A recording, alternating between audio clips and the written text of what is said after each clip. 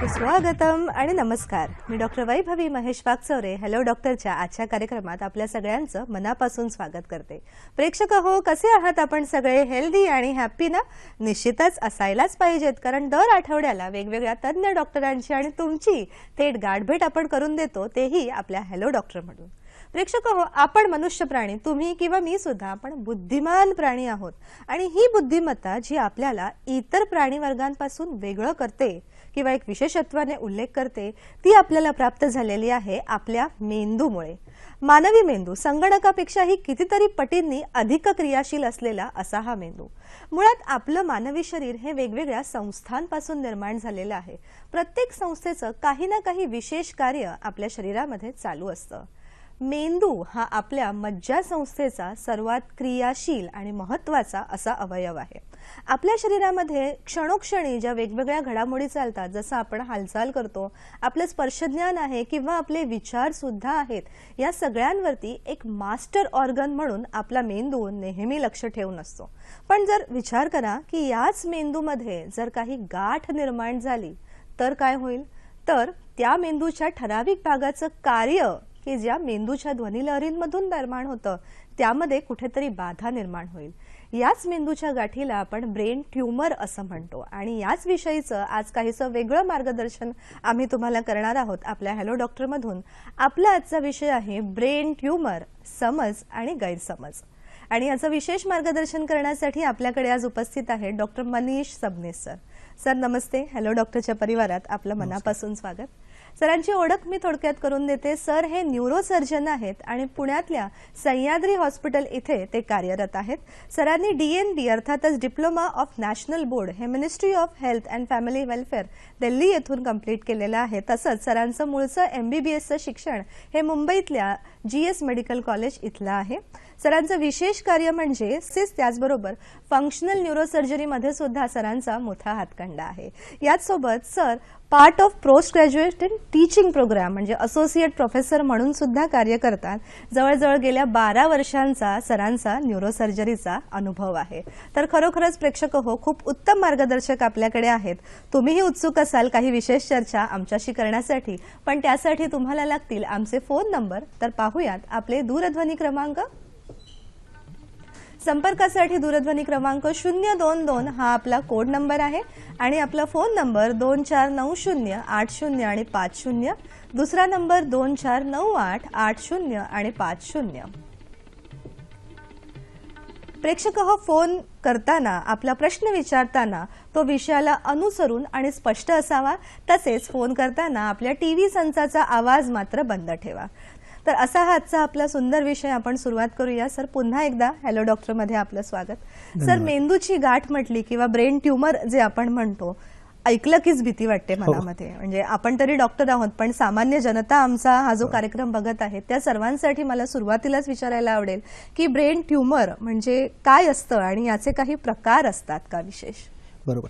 Brain tumours म्हणजे मेंदूमध्ये निर्माण होणाऱ्या गाठी किंवा मेंदूमध्ये पसरणाऱ्या गाठी. एक जनमानसामध्ये एक थोडीशी चुकीची माहिती आहे की ब्रेन ट्यूमर म्हणजे कॅन्सर. प्रत्येक ब्रेन ट्यूमर कॅन्सर असतो का याबद्दल आपण जाणून घेतलं पाहिजे. याकरता ट्यूमर कुठनं उगवतात याची थोडी माहिती घेतली पाहिजे. आपल्या मेंदूमध्ये पेशी आहेत, कार्यक्षम पेशी आहेत, त्यांना न्यूरॉन्स म्हणतात. आणि ज्या पेशी सपोर्टिव्ह आहे की ज्या मुख्य पेशींना मदत करतात त्या पेशींना ग्लाया म्हणतात. बहुतांशी ट्यूमर्स जे मेंदूमध्ये उगम पावतात ते ग्लायांपासून निर्माण होतात. त्यांना ग्लायोमा असं म्हटलं जातं. एक चांदणीसारखी दिसणारी एक सेल असते, त्याला ॲस्ट्रोसाइट म्हणतात. तर ॲस्ट्रोसाइटपासून निर्माण होणारी गाठ म्हणजे ॲस्ट्रोसायटोमा. तसंच ज्या काही मेंदूच्या आवरणापासून निर्माण होणाऱ्या गाठी आहेत त्यासुद्धा गाठी ब्रेन ट्यूमर यामध्येच मोडतात. परंतु काही गाठी या कॅन्सरच्या आहेत आणि काही गाठी या कॅन्सरच्या नाहीत. कॅन्सर म्हणजे ज्या ठिकाणी पेशींची विभाजन क्षमता खूप वाढलेली असते आणि त्यावर निसर्गाचा कंट्रोल राहिलेला नसतो. कोणीही त्या पेशींना थांबवू शकत नाही. आणि ज्या बिनाईन गाठी आहेत त्यामध्ये पेशी वाढतात, त्यांची संख्या वाढते, पण त्यांचे गुणधर्म बदललेले नसतात. बिनाईन ट्यूमर्स हे मेंदूच्या नैसर्गिक पेशींना तेवढी हानी निर्माण करत नाही जेवढे कॅन्सर्स निर्माण करू शकतात. म्हणून आपल्याला ब्रेन ट्युमर म्हटलं की त्यामध्ये बिनाईन ट्युमर्स म्हणजे जे नॉन कॅन्सर ट्युमर्स आहेत आणि जे कॅन्सर्स आहेत अशा दोन्ही गाठींचा त्यामध्ये समावेश होऊ शकतो. सर काही आपण स्लाइड थ्रू दाखवू शकतो का की हे कुठल्या प्रकारचे आणि कुठल्या एरियामध्ये विशेष गाठी निर्माण होऊ शकतात? या एक माझ्याकडे आता एक स्लाइड आहे, त्यामध्ये एक चेहरा दिसतोय आणि तो MRI मध्ये आपण हा रिकन्स्ट्रक्ट केलेला चेहरा आहे. एका व्यक्तीचा हा चेहरा आहे. एका बाजूने आपण पाहतो त्यात प्रेक्षकांना नाक पाहता येईल, ओठ दिसतायत, डोकं दिसतंय आणि त्यांना एक मागे मानेच्या वर एक पांढऱ्या रंगाची गोल गाठ दिसते. हा जो काही गोल रंग आहे हा त्या गाठीचा रंग आहे, याला आपण ब्रेन ट्युमर असं म्हणतो.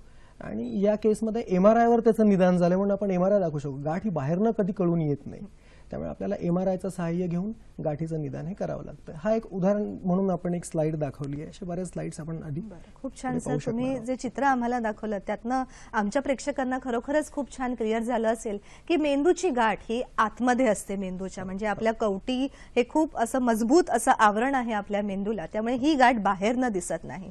सर पण जर ही गाठ बाहेरनं दिसत नाही पण जेव्हा आपल्याला ब्रेन ट्युमर होतं किंवा मेंदूमध्ये अशी एखादी गाठ निर्माण होते तेव्हा कुठली चिन्ह किंवा लक्षणं यामध्ये दिसून येतात? साधारणतः आपण एक जनमानसामध्ये आपण पाहतो की डोकं दुखलं म्हटलं की प्रत्येकाला भीती वाटते. स्पेशली MBBS जेव्हा आम्ही शिकत होतो, आम्हाला जेव्हा मेंदूचे ट्युमर शिकवायला पुस्तकामध्ये धडे आले त्यावेळेस प्रत्येक वेळेस डोकं दुखलं की आम्हाला वाटायचं आम्हाला ब्रेन ट्युमर झाला की काय. तर डोकं दुखी म्हणजे ब्रेन ट्युमर हे समीकरण नाही आहे. ब्रेन ट्युमर किंवा कुठलीही मेंदूतली गाठ ही आकाराने किती मोठी आहे, किती लहान आहे, ती दाब निर्माण करते मेंदूमध्ये की मेंदूमध्ये शिरती आहे, म्हणजे इन्फिल्ट्रेटिंग ट्युमर त्याला म्हणतात, की जे मेंदूत शिरतात ते मेंदूला दाबत नाही, यावर चिन्ह काय असणार हे अवलंबून असतं. बऱ्याच वेळेस कवटी हे सगळ्या बाजूने सील्ड असं अवयव आहे, म्हणजे त्याला कुठेही प्रेशर कुकरची शिट्टी जशी असते प्रेशर रिलीज करायला, तसं कवटीला प्रेशर रिलीज करता येत नाही. त्यामुळे गाठ खूप मोठ्या आकाराने असेल तर डोकं ठणकणं, उलट्या होणं, तोल जाणं, दृष्टीवर परिणाम होणं ही चिन्ह दिसतात. छोटी गाठ असेल तर ती मेंदूला इरिटेट करते, टोचते साध्या भाषेमध्ये, आणि मेंदू हा इलेक्ट्रिकल अवयव आहे. त्यामुळे कुठली छेडखानी झाली की त्याचं रूपांतर इलेक्ट्रिकल शॉर्ट सर्किटमध्ये होतं. त्याला आम्ही मराठीमध्ये आपसमार किंवा इंग्लिशमध्ये फिट्स असं म्हणतो. फिट्स हे आपल्याला मराठीमध्ये जास्त रूढ असा हा शब्द आहे. फिट्स हे लवकर कळेल, आपसमार कळणार नाही. पण मेडिकल शास्त्रामध्ये आम्ही शिकत होतो त्यावेळेस आपसमार म्हणजे आपसात मारामार, पेशींचे आपसात मारामार असं आम्ही म्हणायचो. आणि त्यामुळे जे काही चिन्ह दिसतात ती चिन्ह आपल्याला ट्युमरमध्ये पाहायला मिळतात. पण एक पक्क चिन्ह ब्रेन ट्युमरचंच असू शकेल असं नाही. काय ट्युमर आहे, कुठे आहे, कसा आहे, किती मोठा आहे यावर चिन्ह काय असणार आहे ठरतं. कधी कधी फक्त फिट्स येतात आणि पेशंटला ब्रेन ट्युमर आहे म्हणून डायग्नोज होतं, आणि कधी कधी खूप मोठा ट्युमर असतो, अगदीच त्याचे पेशंटला जे काही त्रास आहेत ते म्हणण्यासारखे दिसत नसतात, पण कधीतरी MRI केल्या काहीतरी कारणाकरता आणि म्हणून ट्युमर डायग्नोज झालाय असं दिसू शकतं. खूप छान सर, तुम्ही सांगितलं की मेंदूच्या पेशींची आपोपसात होणारी मारामार म्हणजे अपस्मार, म्हणजे या पेशींमध्ये जेव्हा काही मारामार होते तेव्हा अशा प्रकारचे त्रास निर्माण होऊ शकतात. सर याच अनुषंगाने एक फोन आहे आपल्याकडे. अमोल बोलत आहेत नागपूर येथून. नमस्कार अमोलजी. नमस्ते मॅडम, मी मनीष सरांना एक प्रश्न विचारू इच्छितो की काय आहार घेतला पाहिजे की हे ब्रेन ट्युमर आणि चक्कर येण्याचे प्रॉब्लेम्स नाही झाले पाहिजे. धन्यवाद. सर काय सांगू शकता? अमोलरावांचे दोन प्रश्न, एक नाहीये. त्यांचा प्रश्न आहे की ट्युमर होऊ नये म्हणून काय आहार घेतला पाहिजे आणि चक्कर येऊ नये म्हणून काय आहार घेतला पाहिजे. अमोलरावांना मी सांगू इच्छितो की ब्रेन ट्युमर होऊ नये म्हणून असा एक स्पेसिफिक पर्टिक्युलर एक ठराविक असा आहार नाहीये की आपण हे ठराविक जेवण केलं म्हणजे मला ब्रेन ट्युमर कधीच होणार नाही. परंतु असं कुठे नाहीये या शास्त्रामध्ये. परंतु जे काही आपण समतोल आहार म्हणतो, व्यसनांपासून लांब राहणं म्हणतो, याचा जसा लंग कॅन्सर आपण पाहतो, जसं तंबाखू खाल्ल्यामुळे होणारे तोंडाचे कॅन्सर पाहतो, तसं ह्या घटकांचा हे आपण घटक जर पाळले, म्हणजे आपण व्यसनांपासून लांब राहणं, आहार चांगला ठेवणं, तर त्याचा काहीतरी परिणाम नक्कीच या ट्युमर्सवर होत असेल. परंतु शास्त्राला आज असं पक्क माहीत नाहीये की असा ठराविक आहार या पद्धतीचा ट्युमर निर्माण करतो किंवा असा आहार हा ट्युमर निर्माण करत नाही. चक्कर येणं हा थोडासा वेगळा विषय आहे, तो आपण आजच्या या आपल्या टॉपिकला तो धरून नाहीये, त्यामुळे आपण त्याच्याविषयी नंतर चर्चा करू. पण ट्युमरचा आणि चक्कर असेलच असाही काही डायरेक्ट संबंध नाहीये.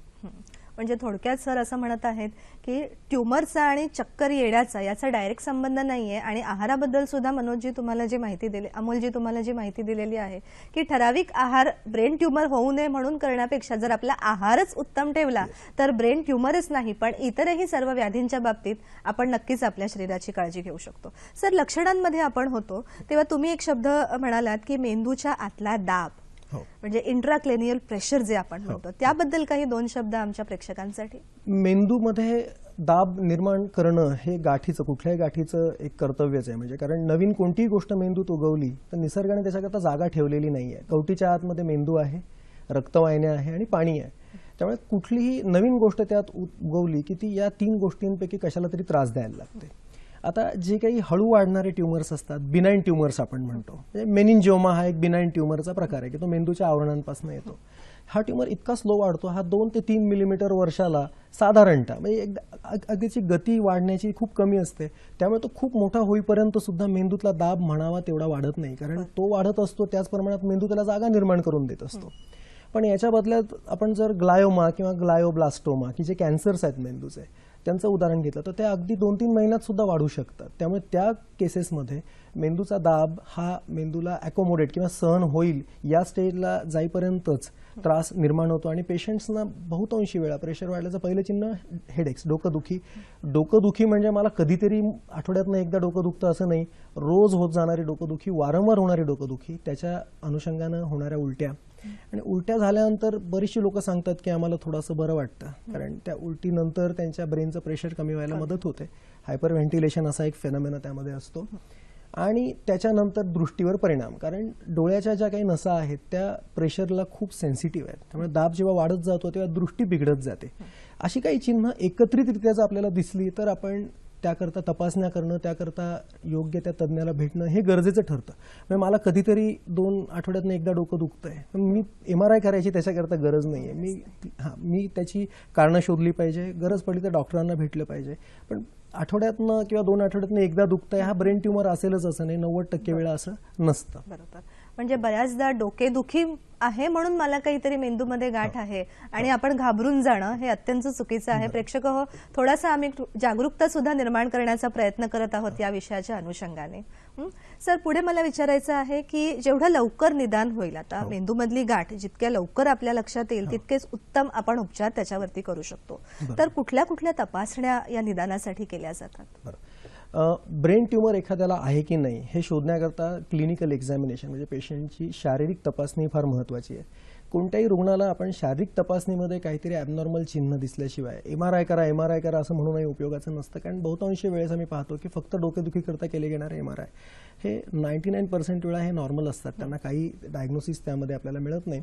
चिन्ह ज्या लोकांना दिसतात त्याच्याकरता आपण MRI ही प्राथमिक तपासणी, ज्या ठिकाणी MRI अवेलेबल नाही तिथे आपण CT स्कॅनचा विचार करू शकतो. आणि अनुषंगाने MRIच्या ज्या काही ॲडव्हान्स तपासण्या आहेत, त्याला MRI स्पेक्ट्रोस्कोपी म्हणतात, फंक्शनल MRI म्हणतात, ट्रॅक्टोग्राम म्हणतात, की ज्याचा उपयोग त्या ट्युमरच्या ट्रीटमेंटच्या वेळेस होतो, त्या आपण तपासण्या गरजेप्रमाणे करू शकतो. प्रत्येकाला ते काय असं पॅकेज म्हणून वाटण्याची गोष्ट नाहीये. निदानाच्या प्रमाणात आणि गरजेनुसार आपण या तपासण्या ठरवतो. बरोबर. सर, या पुढच्या ज्या काही तपासण्या आहेत त्यांच्याकडे तर आपण येऊयात, पण आपले एक प्रेक्षक आपल्याशी संवाद साधत आहेत. राजू पारखे बोलत आहेत परभणी येथून. हॅलो, नमस्कार. हा, नमस्कार. नमस्कार. बोला सर, माझा एक पहिला प्रश्न आहे की ब्रेन ट्युमरचे लक्षणं काय असू शकतात? बरं, आणि दुसरा प्रश्न? आणि दुसरा प्रश्न की ब्रेन ट्युमर पूर्णपणे बरा होऊ शकतो का? राजू यांच्या प्रश्नाला आपण उत्तर देणारच आहोत. त्याचसोबत आणखीन काही विशेष माहिती की मेंदूच्या आकाराचं दिसणारं असं कुठला सुक्यामेवाचा प्रकार आहे त्याच्याविषयी सुद्धा काही विशेष माहिती घेणार आहोत. पण आता वेळ आहे एका छोट्याशा विश्रांतीची. लगेचच भेटूया हॅलो डॉक्टर मध्ये.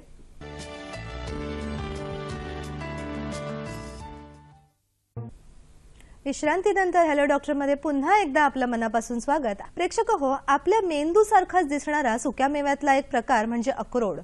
आपल्या मेंदूला जसं बाहेरून कवटीचं मजबूत असं प्रोटेक्शन आहे, तसंच अक्रोडाचं सुद्धा बाहेरचं जे कवच आहे ते अतिशय मजबूत असतं. असं सिद्ध झालं आहे की या अक्रोडामध्ये काही न्यूरोप्रोटेक्टिव्ह कंपाऊंड्स असतात, जसं vitamin E, omega-3 fatty acids आणि आणखीन काही असे काही पदार्थ की ज्यामुळे आपल्या मेंदूच्या कार्यक्षमतेवर ओव्हरऑल या अक्रोडचा खूप उत्तम असा परिणाम दिसून येतो. विषयामध्ये आणखीन आपण पुढे जाऊया. सर, आपल्याला एक प्रश्न होता राजू यांचा. त्यांचे 2 प्रश्न होते की याची लक्षणं कुठली आणि यातून आपण पूर्णतः बरे होऊ शकतो का? त्यांच्या पहिल्या प्रश्नाचं उत्तर मी आता देतो. लक्षणांविषयी मी आता थोड्या वेळापूर्वीच एक छोटी टिप सांगितली की मेंदूत प्रेशर वाढल्यानंतर काय काय चिन्ह येतात. गाठ जर आकाराने मोठी असेल, ती पटापट वाढणारी असेल तर ती मेंदूतला दाब वाढवते, त्यामुळे उलट्या होणं, डोकं भयंकर दुखणं, दिसण्यात परिणाम निर्माण, म्हणजे आपलं दृष्टी बिघडणं, चालताना तोल जाणं, अशा बऱ्याचशा घटना घडतात. परंतु हाच आजार जर ठराविक कप्प्यामध्ये मेंदूच्या उगवत असेल, म्हणजे आता फ्रंटल लोब, कपाळाकडे जे काही मेंदूचे हिस्से असतात त्याला फ्रंटल लोब म्हणतात. फ्रंटल लोब्समध्ये जी काही रिसेंट मेमरी, म्हणजे काल आज काय घडलं या गोष्टी स्टोर्ड असतात, त्या ठिकाणी गाठ उगवली तर आपण आता काय घडलंय 4 दिवसांमध्ये हे विसरायला लागतो. टेम्पोरल लोब जो कानाच्या वरचा भाग असतो त्या ठिकाणी गाठ उगवली पण जुनी स्मरणशक्ती आपण हरवून बसतो. तसंच ज्या ठिकाणी आपलं बोलण्याचं केंद्र आहे, वाचेचं केंद्र आहे, त्या ठिकाणी जर गाठ उगवली तर जीभ जड व्हायला लागते, आपल्याला इच्छा असते पण आपल्याला बोलता येत नाही. आणि समज ज्या ठिकाणी त्याला वर्निकेज एरिया म्हणतात, त्या ठिकाणी जर गाठ उगवली तर माणसाला कोण काय बोलतं हे काहीच कळत नाही आणि त्यांचं बोलणं हे पूर्णपणे एकदम विपरीत असतं. म्हणजे आमच्याकडे बरेचसे पेशंट्स येतात, त्यांचे नातेवाईक सांगतात की आम्ही यांना साधं जेवण करा हे सांगतो, यांना जेवण करणं सुद्धा पटकन समजत नाहीये, हातापायामधल्या ताकदीत फरक होणं, असे अनंत चिन्ह, अनंत प्रॉब्लेम्स हे ब्रेन ट्यूमरमध्ये दिसू शकतात. पण तो सगळे प्रॉब्लेम एकत्र दिसत नाही. तो ट्यूमर कोणत्या भागात आहे, कसा आहे, त्याचा प्रकार काय आहे, तो कॅन्सर आहे की नॉन कॅन्सर आहे, यावर चिन्ह किती दिसणार, किती तीव्रतेने दिसणार हे ठरतं. आणि पूर्णपणे बरा होतो का या प्रश्नाचं मी उत्तर देईन. जे काही ट्यूमर्स बिनाईन ट्यूमर्स आहेत, म्हणजे जे नॉन कॅन्सर्स आहेत, आपण साध्या भाषेत बोलूया, जसा मेनिंजिओमा आपण म्हणू शकतो, श्वानोमा म्हणू शकतो, न्यूरोफायब्रोमा म्हणतो, हे ट्यूमर्स एकदा काढले की पूर्णपणे बरे होतात, ते परत येत नाहीत.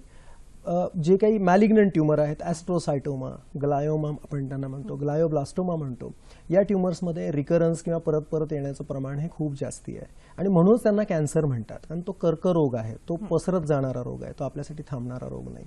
बरोबर. म्हणजे त्यातनं पूर्णतः सुटका होऊ शकेल किंवा नाही हे 2 गोष्टींवरती आहे की तो कुठल्या भागात आहे आणि त्याची तीव्रता किती आहे. निश्चितच. सर, आणखीन एक आपल्याला या अनुषंगाने प्रश्न आहे. परभणी येथून अंकुश बोलत आहेत. नमस्कार अंकुशजी, प्रश्न विचारा. Hello madam. बोला. सर, माझ्या मेंदूमध्ये बोला, ऐकू येतंय मला. सर, माझ्या मेंदूमध्ये अर्ध्या डाव्या साईडला मागे. अंकुशजी, सलग प्रश्न विचारा आपला. हॅलो मॅडम, आमच्या मेंदूमध्ये अर्ध्या दाब येतो आहे, अर्ध्या.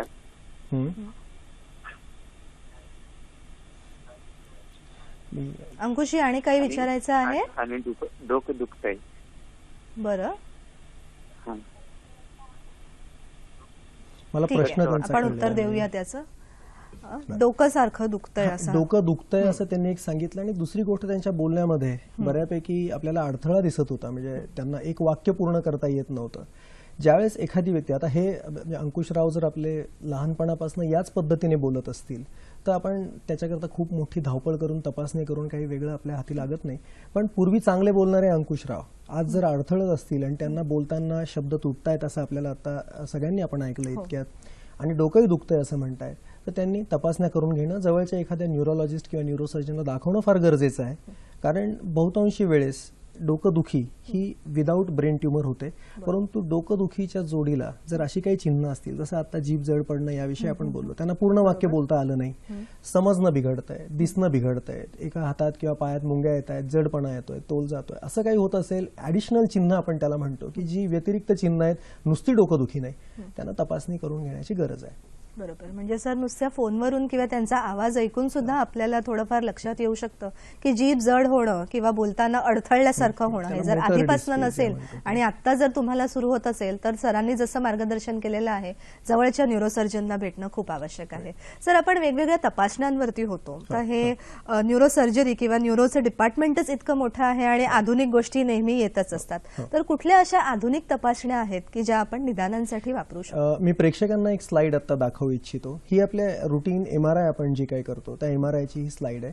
त्यामध्ये डाव्या बाजूला आपल्या स्क्रीनवर असं दिसतंय की एक ब्रेनचा स्कॅन आहे आणि त्यामध्ये पांढरे पांढरे 3-4 असे छोटे छोटे ठिपके आहेत बघा.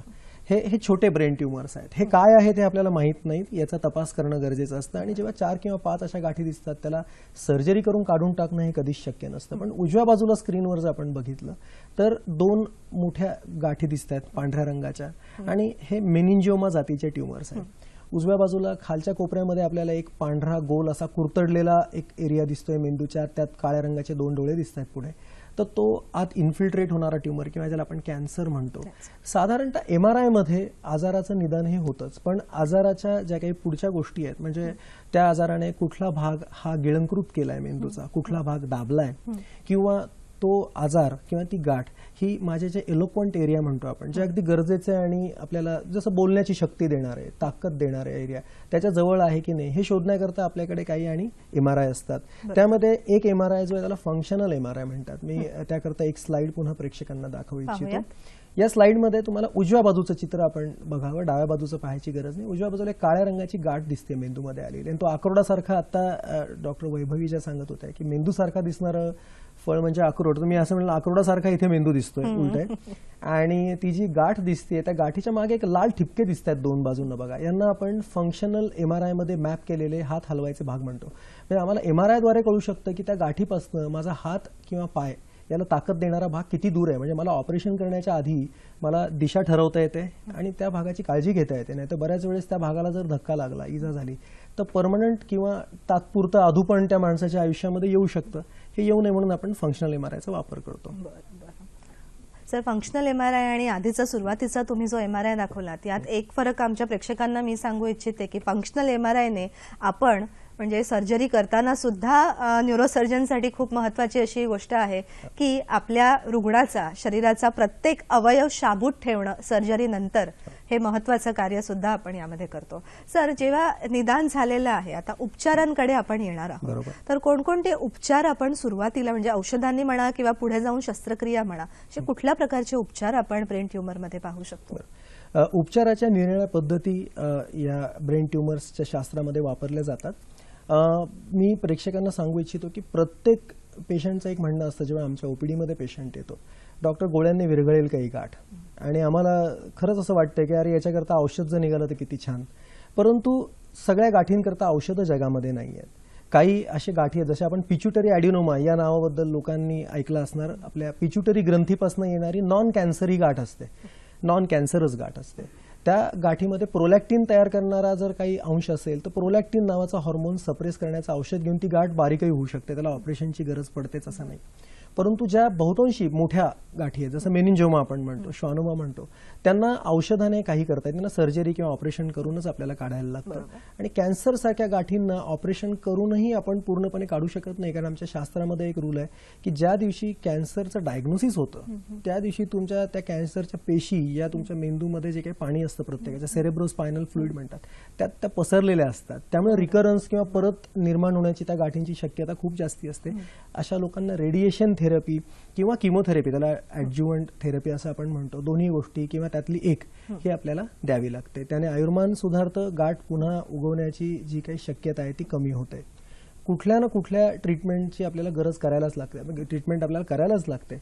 जर काहीच केलं नाही तर काय होईल, तर ऑब्व्हियसली हा वाढत जाणारा आजार आहे, हा थांबणारा आजार नाही आहे. आणि त्यामुळे त्याचं हळूहळू मेंदूची एक कार्यक्षमता बिघडवण्यामध्ये रूपांतर होतं. आणि मग एकदा ती कार्यक्षमता बिघडवली की मग त्यानंतर रिकव्हरी खूप चांगली कधीच नसते. आम्ही पेशंट्सना नेहमी सांगतो की तुम्ही जेवढ्या चांगल्या अवस्थेत आमच्याकडे याल तेवढ्या चांगल्या अवस्थेत घरी जाल.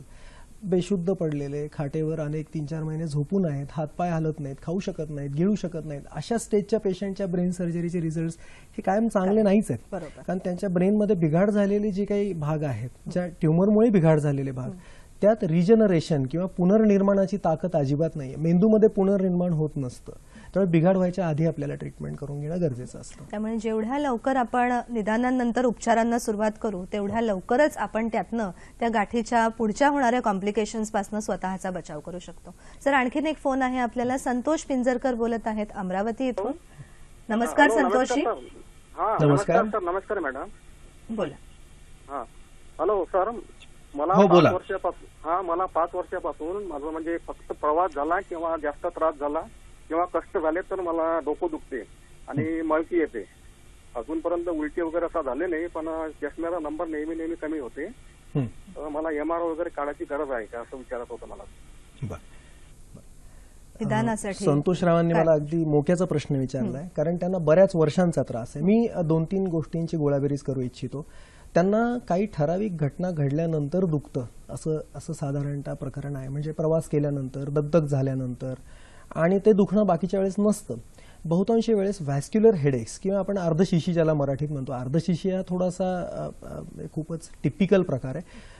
व्हॅस्क्युलर हेडेक म्हणजे खूप मोठा एक ग्रुप आहे आजार, ज्यामध्ये डोकंदुखी ही वेगवेगळ्या कारणाने होते. काही लोकांना प्रवासाने होते, काही लोकांना वातावरणात खूप बदल होतात, तापमान वाढतं, कमी होतं, त्यावेळेस डोकंदुखी होते, जागरणं झाली, जेवण वेळेवर झालं नाही, आणि सगळ्यात महत्त्वाचं आपला स्ट्रेस म्हणजे सायकोलॉजिकल स्ट्रेस. आपल्या समाजामध्ये कुठलीही गोष्ट ही विदाऊट स्ट्रेस नाही आहे.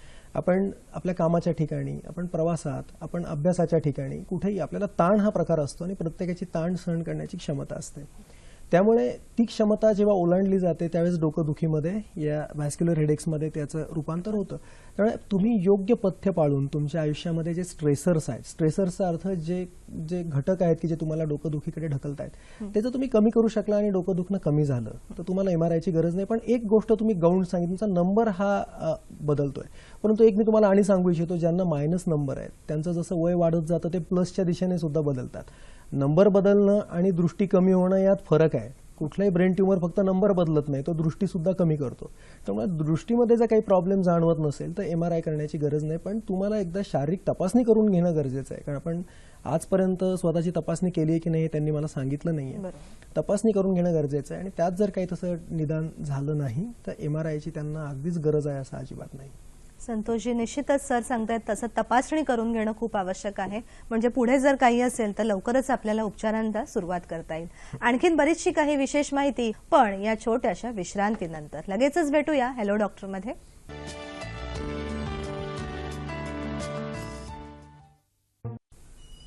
विश्रांतीनंतर हॅलो डॉक्टरमध्ये पुन्हा एकदा आपलं मनापासून स्वागत.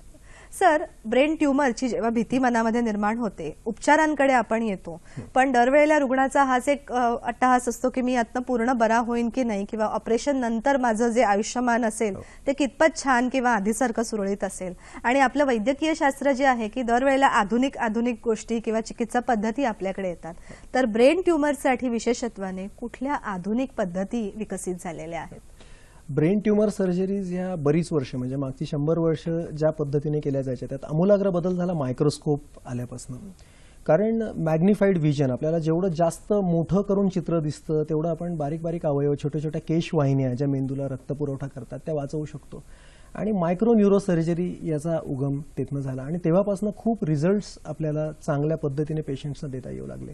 परंतु मागची अनेक वर्ष असं झालं आहे की सर्जन म्हणजे ॲज अ सर्जन मी जेव्हा ऑपरेशन करतो मला एक वैयक्तिक मर्यादा आहे. सगळ्या गोष्टींवर कंट्रोल नसतो. पहिली गोष्ट, आपल्याला कवटीचं दार उघडून आत जायचं असतं, आणि पोटाचं ऑपरेशन करताना जसं वीतभर कापतात तसं कवटीचं कधी वीतभर हाड काढता येत नाही. लहानसं खिडकी उघडायला लागते की जी साधारणतः एक 3-4 सेंटीमीटर 5 सेंटीमीटर वगैरे साधारणतः डायमीटरची असते. आता यातनं आपल्याला ब्रेन ट्यूमरपर्यंत पोहोचायचं असतं, आणि मेंदू हा अवयव 3 डायमेन्शनल आहे, म्हणजे आपल्याला आतला फक्त अंदाज लावता येतो. पण हा अंदाज बऱ्याच वेळेस आपल्या पर्सनल आपण लिमिटेशन्स म्हणूया की माझा अंदाज कदाचित तुमच्या अंदाजापेक्षा थोडा वेगळा असेल, त्यामध्ये पेशंटचे रिझल्ट्स बिघडू शकतात किंवा बदलू शकतात. त्यामुळे अशा काही टेक्नॉलॉजी, जसं आता एक न्यूरो नॅव्हिगेशन म्हणून सिस्टीम आम्ही जवळपास एक मागचे 10-15 वर्ष वापरतो. मी आपल्या प्रेक्षकांना स्लाइड दाखवू इच्छितो. त्यामध्ये न्यूरो नॅव्हिगेशन, डाव्या बाजूला ते मशीन दिसते ज्याला काळ्या रंगाचे 2 कॅमेरे आहेत, वायरलेस इन्फ्रारेड कॅमेरे आपण त्यांना म्हणतो, आणि खाली एक कॉम्प्युटर असतो की जो खूप ताकदीचा कॉम्प्युटर आहे, जो आपल्याला माहिती ही आदान प्रदान करत राहतो. उजव्या बाजूच्या चित्रामध्ये आपल्याला असं दिसतंय की पेशंट हा झोपलेला आहे आणि त्याच्या भोवती आपण ऑपरेशन करण्याची तयारी सुरू करतोय. आपल्याला ऑपरेशन करायच्या आधीच त्याच्या आत काय, आपला रस्ता जो ठरलाय त्या रस्त्याने आपण आत जातोय, काय काय आहे, त्याच्या डाव्या बाजूला काय, उजव्या बाजूला काय, हे आपल्याला स्क्रीनवर त्रिमितीय भूमितीत दिसतं. यामुळे आपण आपला रस्ता अचूक ठरवू शकतो, आणि आपण जे काही कॉम्प्लिकेशन्स आहेत की जे विनाकारण होऊ शकतात ते आपण टाळू शकतो. बरोबर सर. आणखीन ज्या काही आधुनिक पद्धती आहेत त्याकडे तर आपण येणारच आहोत, पण आपल्याला एक फोन आहे. सुरेखा बोलत आहेत नाशिक येथून.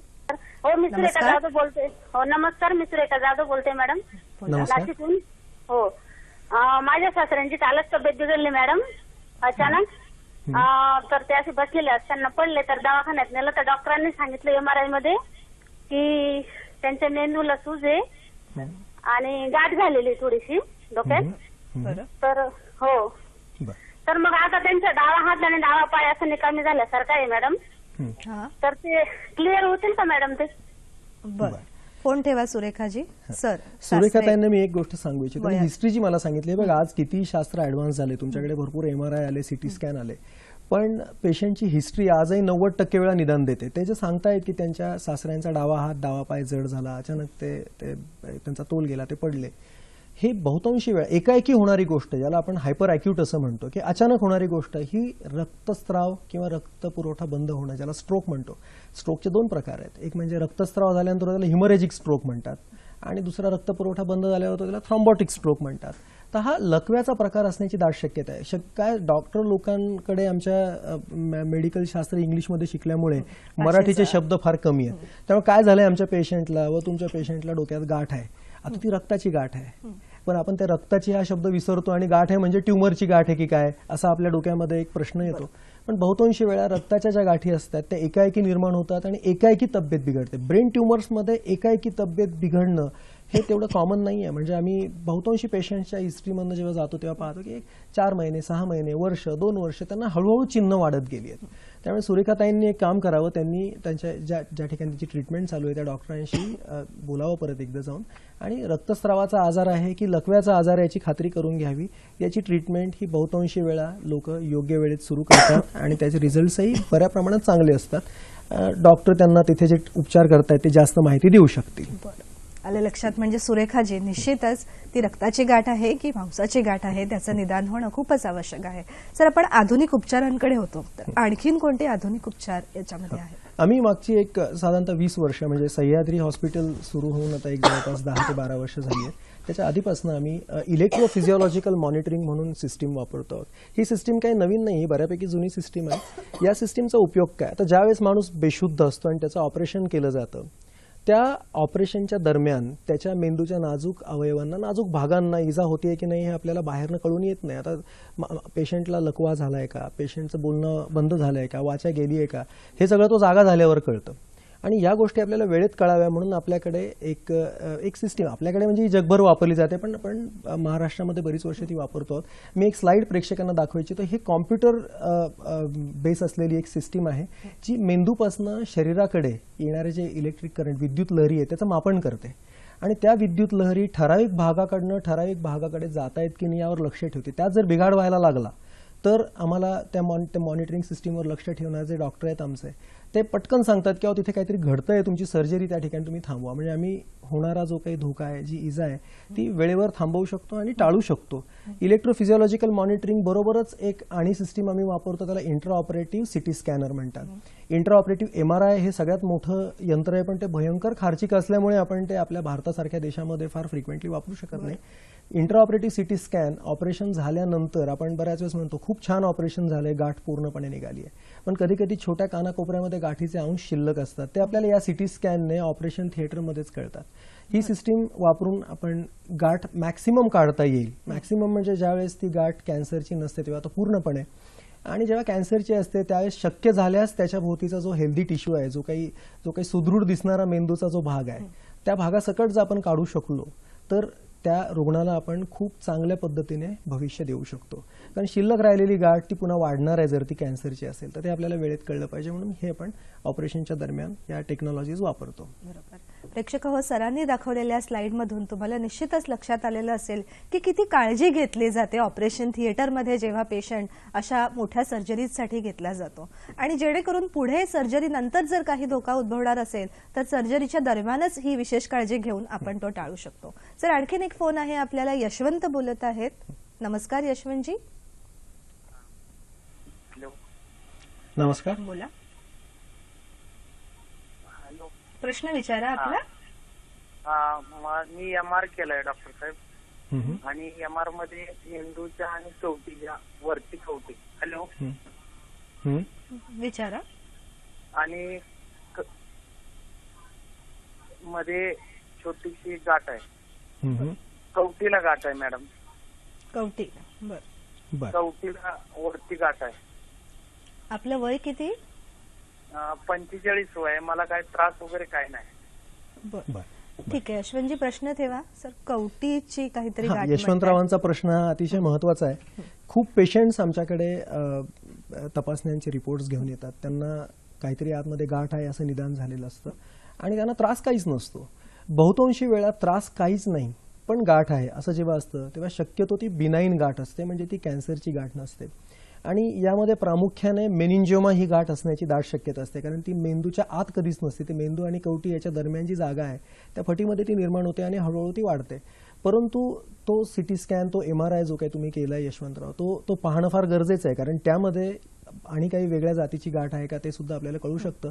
पण बहुतांश वेळा त्रास काही होत नसेल आणि गाठ ही कॅन्सर सदृश्य नसेल तर आपण त्या माणसाचा, त्या व्यक्तीचा दर वर्षाला एखादा MRI करून आपण त्या गाठीमध्ये काही बदल होतोय का, ती गाठ वाढतीये का यावर लक्ष ठेवून आपण ट्रीटमेंट करायची की नाही हा निर्णय घेऊ शकतो. माझ्याकडे आता बरेच पेशंट असे ठिकठिकाणाहून येतात आणि जे आजपर्यंत माझ्या ट्रीटमेंट खाली आहेत की त्यांना गाठी आहेत पण त्यांची मी सर्जरी केलेली नाही. त्या गाठी एक तर खूप लहान आहेत, त्या 1-1.5 सेंटीमीटरच्या, की त्यांना त्या त्रास देत नाहीत आणि रंगारूपाने आणि आम्ही ज्या काही कन्फर्मेटरी तपासण्या करतो त्यातनं कळून चुकलं की त्या कॅन्सरच्या नाही आहेत. ते लोक अतिशय आनंदी आहे. मी त्यांना सगळ्या गोष्टी करा, तुम्ही काम करा, जेवण करा, झोपा, तुमच्या आवडीच्या गोष्टी करा, सगळं सांगतो. परंतु दरवर्षी आम्हाला न चुकता एक फोटो काढून आणून दाखवा आणि सरासरी एक 5-6 वर्षांमध्ये आपण वर्षाला एक फोटो काढणं, आज सगळं स्वस्त झालं. आज काय खूप महाग, 2,000 सिटी स्कॅन 2-2.5 होतो. पण वर्षातनं तो खर्च एकदा करून जर ती गाठ वाढत नसेल तर ब्रेन सर्जरीच्या दिशेने जाण्यापेक्षा आपण सुखाचं आयुष्य जगू शकतो. जसं आता काही लोकांना तीळ असतात अंगावर, तर तिळाचं ऑपरेशन कोणी करत नाही. मी त्यांना हे उदाहरण देतो की आपण तिळाचं ऑपरेशन करतो का, नाही. पण तीळ आकाराने वाढायला लागला तर आपण त्याचं ऑपरेशन करून तो भाग काढून टाकतो, कारण आकाराने वाढतो याचा अर्थ त्यामध्ये काहीतरी बदल झालेत. त्यामुळे आपण रेग्युलर तपासण्या ठेवाव्यात. तुमच्या शरीरामध्ये काही बदल झाले तर त्यावर लक्ष ठेवावं. सुज्ञ माणसाने जे लक्ष ठेवणं गरजेचं असतं, तसं काहीतरी होतंय, दिसायला कमी होतंय, जाऊ दे रे आपल्याला काही होणार नाही असं म्हणून कधीच चालत नाही. स्पेशली जेव्हा तुमच्या निदानामध्ये गाठीसारखा आजार आहे असं सांगितलेलं असतं. आणि जर ती वाढत नसेल एक 4-5 वर्षांमध्ये तर त्यापुढे आपल्याला फार फॉलोअप पण ठेवायची गरज पडत नाही. सर, तुम्ही खरंच खूप छान सांगितलं की जर ती गाठ कॅन्सरची नसेल तर शस्त्रक्रियाचा पर्याय सोडून आपण औषधांवरती आपण पेशंटला ठेवू शकतो. फक्त वर्षातनं एकदा, जसं सर मार्गदर्शन करत आहेत, एक MRI काढणं आणि डॉक्टरांचा सलग फॉलोअप ठेवणं खूपच जास्त महत्वाचं आहे. सर, आता या ज्या काही मोठ्या मोठ्या सर्जरीज आहेत, क्रेनिओटॉमी सारख्या किंवा ब्रेन ट्युमरमध्ये आपण इतर जे काही प्रकार करतो, प्रेक्षकांना असं वाटतं किंवा बऱ्याचदा रुग्णांना असं वाटतं की खूप जास्त भूल यामध्ये द्यावी लागते आणि मग त्यातनं बाहेर येण्यासाठी सुद्धा पुष्कळ वेळ लागतो. तर जो एक नवीन प्रकार आलेला आहे अवेक क्रेनिओटॉमी, की ज्यामध्ये रुग्ण आपला जागा आहे व्यवस्थित आणि आपली सर्जरी सुरू आहे, त्याबद्दल काही विशेष मार्गदर्शन आमच्यासाठी? अवेक क्रेनिओटॉमी हा एक खूपच, म्हणजे आपण जादुई मायाजाल म्हणतो तसा काहीतरी एक प्रयोग आहे किंवा प्रकार आहे. हा नवीन वगैरे अजिबात नाही, हा बराच जुना आहे. आम्ही बरीच वर्ष करतो आहोत. म्हणजे सह्याद्री सुरू झाल्यापासून आम्ही बऱ्याच अवेक क्रेनिओटॉमी केलेले आहेत. अवेक क्रेनिओटॉमीचा अर्थ असा की आपण जागा असताना मेंदूचं ऑपरेशन. आता हे ऐकलं तरी एखाद्याला घाम फुटेल की माणूस जागा आहे, तो ऑपरेशन थिएटरमध्ये झोपलेला आहे टेबलवर, त्याचं कवटीचं झाकण उघडलेलं आहे, डॉक्टर ऑपरेशन करतायत आणि तो पेशंट सांगतोय की अहो नर्स, जरा तुम्ही किशोर कुमारची गाणी लावाल का प्लीज. पण हे सत्य आहे, म्हणजे हे होतं. याचं एक कारण आहे, म्हणजे याच्या मागे शास्त्रशुद्ध कारण आहे की मेंदू सगळ्या शरीराच्या दुखण्या किंवा वेदनेच्या ज्या काही नसा आहेत त्या ग्रहण करतो. सगळ्या नसा दुखणं घेऊन मेंदूकडे जातो, पण मेंदूला स्वतःच्या पेन सेन्सिटिव्ह नर्व नाही आहेत. त्यामुळे मेंदू जसं केस कापताना आपल्याला दुखत नाही तसं मेंदूवर काप घेतला तरी दुखत नसतं. त्यामुळे अशा काही सर्जरी आहेत की ज्यामध्ये आपण फक्त त्वचेला भूल देऊन कवटीचं झाकण उघडेपर्यंत भुलीचं औषध त्या ठिकाणी शिंपडून एकदा ते झाकण उघडलं की पुढचं ऑपरेशन हे आपण पूर्णपणे पेशंट जागा असताना करू शकतो. याचा खूप मोठा फायदा असा आहे की जर मी समजा पेशंट आहे, माझं ऑपरेशन होत आहे आणि माझ्या बोलण्याच्या केंद्रामध्ये गाठ आहे किंवा केंद्राला टेकून आहे, गाठ काढत असताना आम्ही त्या रुग्णाला सांगतो की तुम्ही जनगण मन म्हणा आणि मग आपला तो जनगण मन अधिनायक जय म्हणतो. आणि जर चुकून किंवा त्या गाठ काढताना त्या बोलण्याच्या केंद्राकडे माझा हात जायला लागला तर त्याचा शब्द असा जन गण म, म्हणजे शब्द जड व्हायला लागतात. आणि असं झालं की आम्हाला कळतं की आपण बोलण्याच्या केंद्राची छेडखाणी करतो आहोत आणि तो भाग आपल्याला सोडून द्यायला लागतो किंवा त्या भागाला वाचवता येतं. अवेक क्रेनिओटॉमीचं खूप महत्त्व आहे ज्यावेळेस ट्युमर एलोक्वंट जागेत असतो. एलोक्वंट म्हणजे खूप महत्त्वाचं काम करणारी मेंदूतली जागा की ज्या वाचून आपलं खूप आडणार आहे, नडणार आहे. त्यामुळे अशा ठिकाणी जागा ठेवून ऑपरेशन केलं जातं आणि हे रुटीन केलं जातं. अजिबात ऐकणं जेवढं महाभयंकर आहे तेवढंच ते पाहणं खूप चांगलं आहे. पेशंट पूर्णपणे जागे असतात. फक्त त्रास असा असतो की 2-2.5 तास किंवा 3 तास झोपून राहायला लागतं. आपल्याला प्रत्येक अर्ध्या तासाने कूस बदलायची सवय असते, तिथे कूस बदलता येत नाही. पण तेवढं सहन करायची तयारी असेल तर तुम्हाला सेफ पद्धतीने ऑपरेशन करून खूप चांगले रिझल्ट्स देता येऊ शकतात. सर, खूप छान वाटलं तुमच्याकडून ह्या अवेक क्रेनिओटॉमीचं मार्गदर्शन उत्तम प्रकारे तुम्ही आमच्या सगळ्याच प्रेक्षकांना दिलेलं आहे. आणखीन एक प्रश्न येतोय आपल्याला. सर, अंजना टिमकर बोलत आहेत पुण्यातून. नमस्कार. अंजना टेमकर आहे. बोला. मला 8-9 वर्ष झालं माझा ब्रेन ट्युमरचं ऑपरेशन झालं. हा आणि त्यांनी पण माझा अजून तोल जातो थोडा थोडा. बरं, यांच्या प्रश्नांचं उत्तर मी देऊ इच्छितो. त्यांचं म्हणणं असं आहे की ऑपरेशन होऊन बरेच दिवस झाले आणि एवढ्या दिवसानंतर पण माझा तोल कसा काय जातोय. तर मी टीमकर्त्यांना एक सांगू इच्छितो की तुम्ही ज्या स्टेजमध्ये किंवा ज्या कंडिशनमध्ये डॉक्टरांकडे गेलात त्या ठिकाणी आपल्याला जर तोल जाणं हे गाठ काढायच्या आधीच सुरू झालं असेल तर याचा अर्थ गाठीमुळे तोल सांभाळण्याचे जे काही केंद्र आहेत त्याला काहीतरी इजा झालेली आहे. तर ऑपरेशन केल्यानंतर ती इजा सुधारेलच असं नसतं, कारण मी तुम्हाला थोड्या वेळापूर्वी सांगितलं की विभाजन क्षमता मेंदूमध्ये नाही आहे. त्यामुळे जे पेशंट्स तोल न जाता त्रास आहे पण खूप तोल जातोय असं नाही आहे ते जातात डॉक्टरांकडे, त्यांच्या सर्जरीनंतर हा बिघाड खूप जास्त वाढण्याची शक्यता कमी असते. आज एवढ्या वर्षानंतर हे पूर्णपणे तुमचं तोल जाणं सुधारेल असं मला वाटत नाही, कारण सुधारण्याची जी क्षमता असते ती पहिल्या 6 महिने ते 1.5 वर्षापर्यंत असते. परंतु एवढ्या वर्षात तुम्हाला परत ट्यूमर आला नाही याचा अर्थ तो कॅन्सरचा ट्यूमर नसावा, तो बिनाईन ट्यूमर असावा, नॉन कॅन्सरचा ट्यूमर असावा, हे खूप आनंदाची आणि चांगली गोष्ट आहे. ठीक आहे, आणखीन काही विशेष माहिती आपण सरांकडून पाहणारच आहोत. त्याचबरोबर याच आठवड्यामध्ये उद्या आणि परवाचे सुद्धा काही विशेष कार्यक्रम आहोत तेही आपण पाहणार आहोत, पण एका छोट्याशा विश्रांतीनंतर. लगेचच भेटूया हॅलो डॉक्टरमध्ये.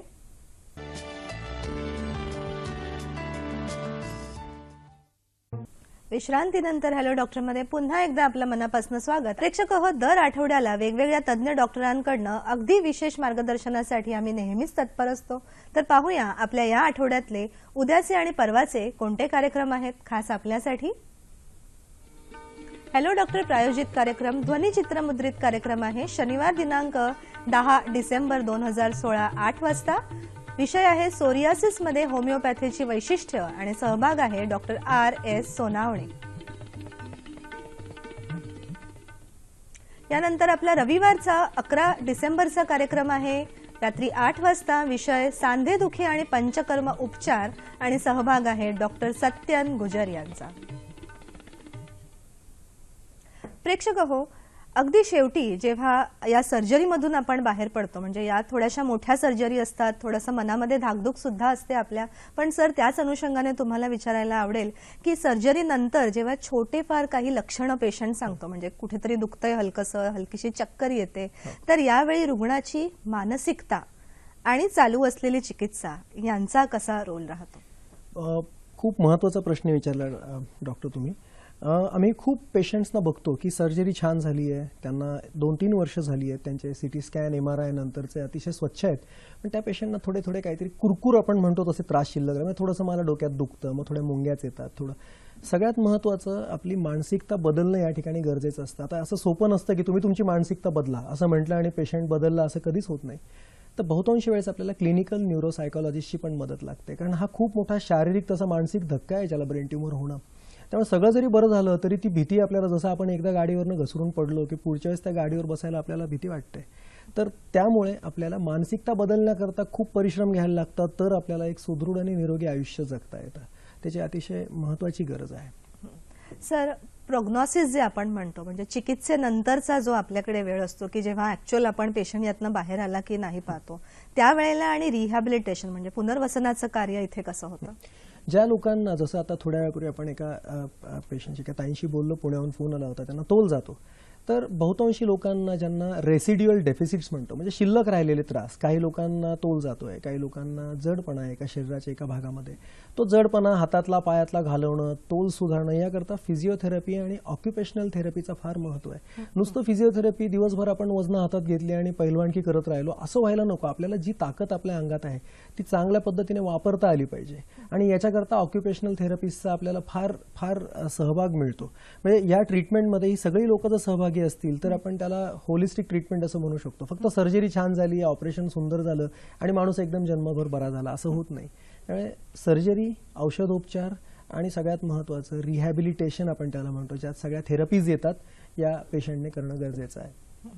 खूपच छान सर, जाणून आम्हाला आवडलं की सर्जरी, त्याच्या आधी औषधोपचार आणि त्यानंतर रिहॅबिलिटेशन किंवा पुनर्वसन, या तिघांना एकत्र जर आपण ठेवलं तरच यशस्वी चिकित्सा होऊ शकते. आणि प्रेक्षक हो, सह्याद्री हॉस्पिटल पुणे येथे मला वाटतं या तीनही गोष्टी एकाच ठिकाणी आपल्याला याचा अनुभव आपण घेऊ शकतो.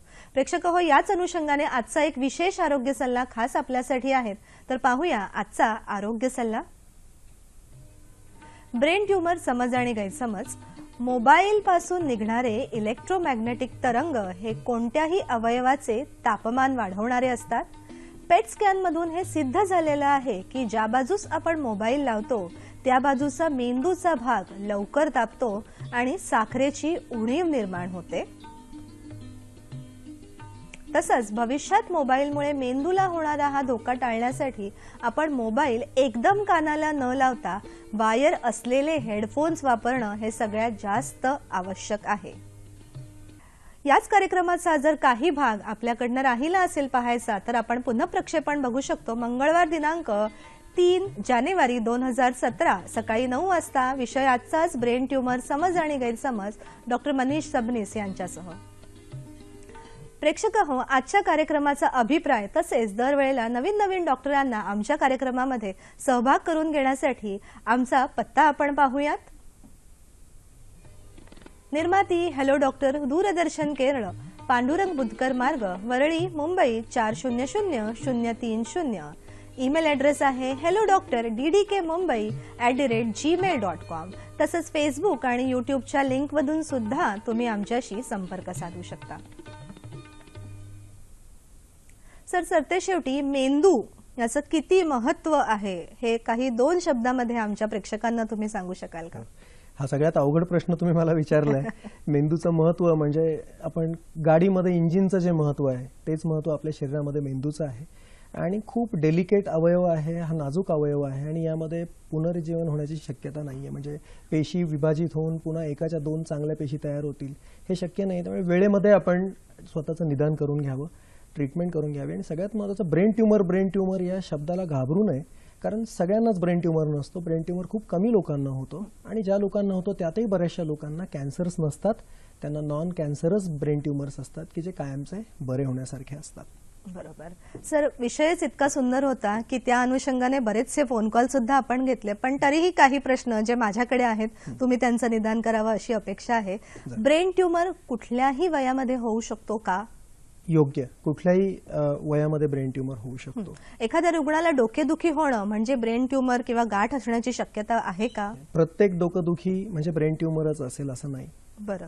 ब्रेन ट्यूमरच्या ऑपरेशन नंतर रुग्ण त्यातनं पूर्णतः बरा होऊ शकतो का? खूप चांगल्या परिस्थितीमध्ये जर आपण रुग्णाची ट्रीटमेंट करू शकलो तर त्यातनं बरं होण्याची शक्यता ही खूप चांगली असते. छान.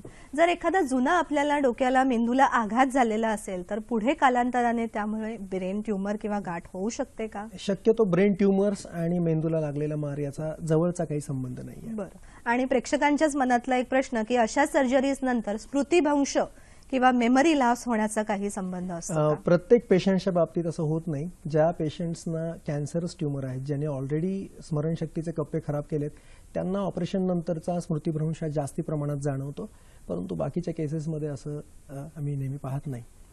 खूपच उत्तम सर, तुम्ही आम्हाला माहिती दिलेली आहेत.